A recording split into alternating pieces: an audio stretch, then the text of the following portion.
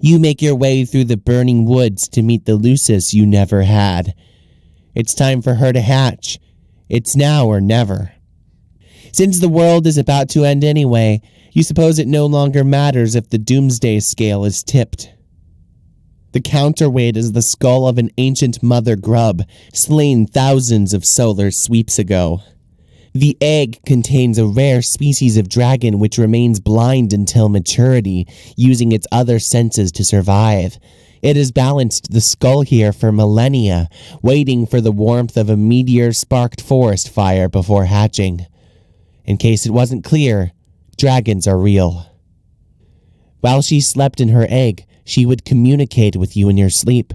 After your accident, she would use your dreams to teach you how to detect the world around you without vision. As you learned, your dreams became more vivid. Where before there was darkness, odors and flavors painted a striking picture. You found yourself surrounded by bright honey walls, and in the sky was a huge tasty ball of cotton candy, which is this sweet troll delicacy we wouldn't know anything about. The first time you caught a glimpse of this world in your dreams, there was no turning back. The young Lucis would take to the sky and promptly get herself killed. This would be much more shocking and maybe a little bit more sad if we didn't already know what was going to happen. We already knew this, but of course, you didn't. The dragon never smelled it coming. She would fall to your tree hive. On your return, she would be scooped up by a sympathetic ally and deposited into the kernel sprite. Then you and she could talk. There would be plenty to discuss. The doomsday device would display the amount of time you had to get back to the hive and enter the medium before the forest was destroyed. At the time, it wouldn't occur to you to wonder whether the device was directly responsible for the apocalypse or merely served as its precisely calibrated harbinger, and it certainly wouldn't occur to you to cast doubt on any perceived difference between those two things. It wouldn't until later, when you better understood the game you were about to play. Be the other girl. You are now the other girl. Render the girl in a more symbolic manner. That's better. We can now be properly introduced. Who's this spooky lady? Enter name. Your name is Aradia Megiddo. You once had a number of interests, which in time you have lost interest in.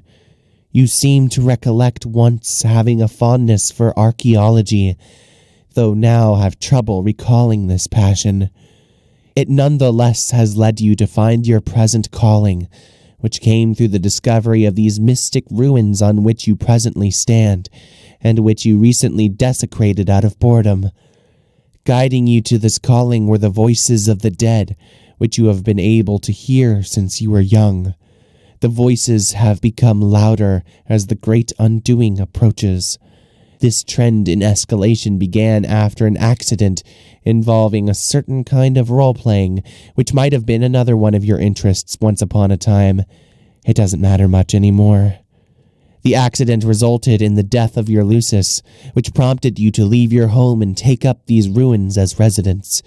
On the instruction of your ancestors, you have recovered mysterious technology from the ruins and convinced a friend to adapt it into a game that will bring about the destruction of your civilization. And by convinced, you suppose you mean tricked. He has tentatively named the game S-Grub, which is a word that is not terribly elegant. If it were marketed by a legitimate game company instead of rapidly patched together by a young hacker, it would ostensibly be given a better title. He is presently mobilizing 12 friends to play it, including him and yourself. He believes he will lead the blue team, but he is wrong. Your troll tag is Apocalypse Arisen, and there is typically a pronounced hollowness to your words. What will you do? Retrieve computer.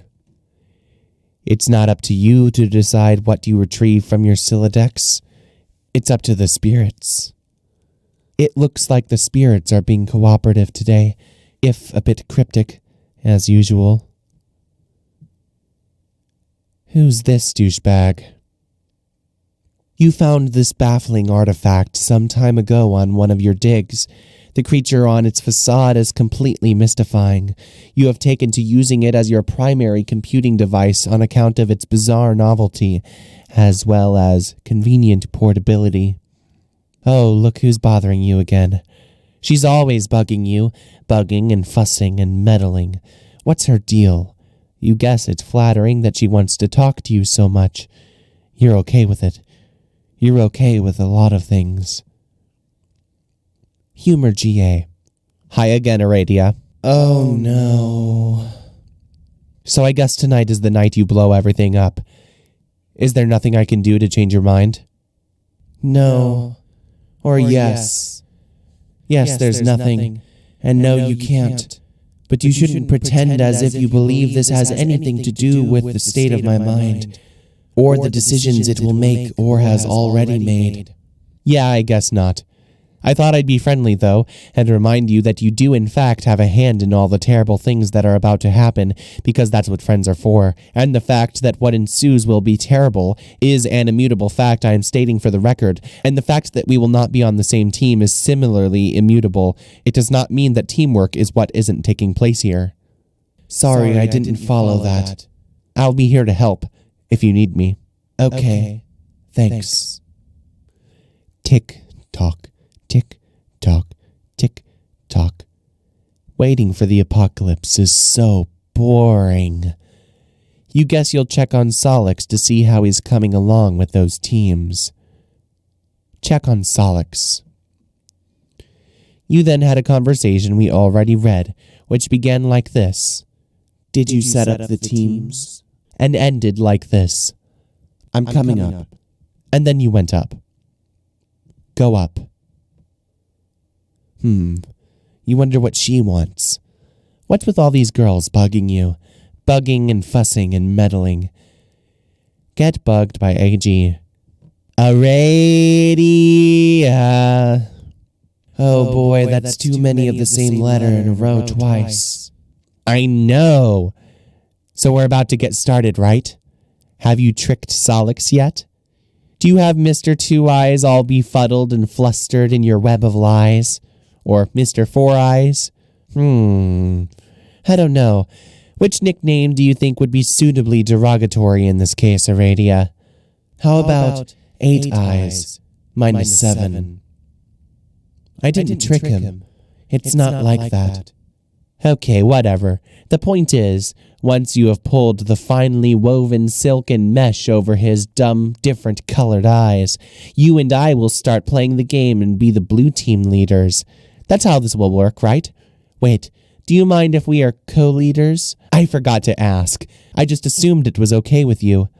I don't care. Great. That's the spirit. And when I bring you into the game, whatever the hell that means, then we can send each other stuff, right? That is how this works, right? Yes. Awesome. Because I have a present for you. It's a surprise, and it's going to be great. From me to you.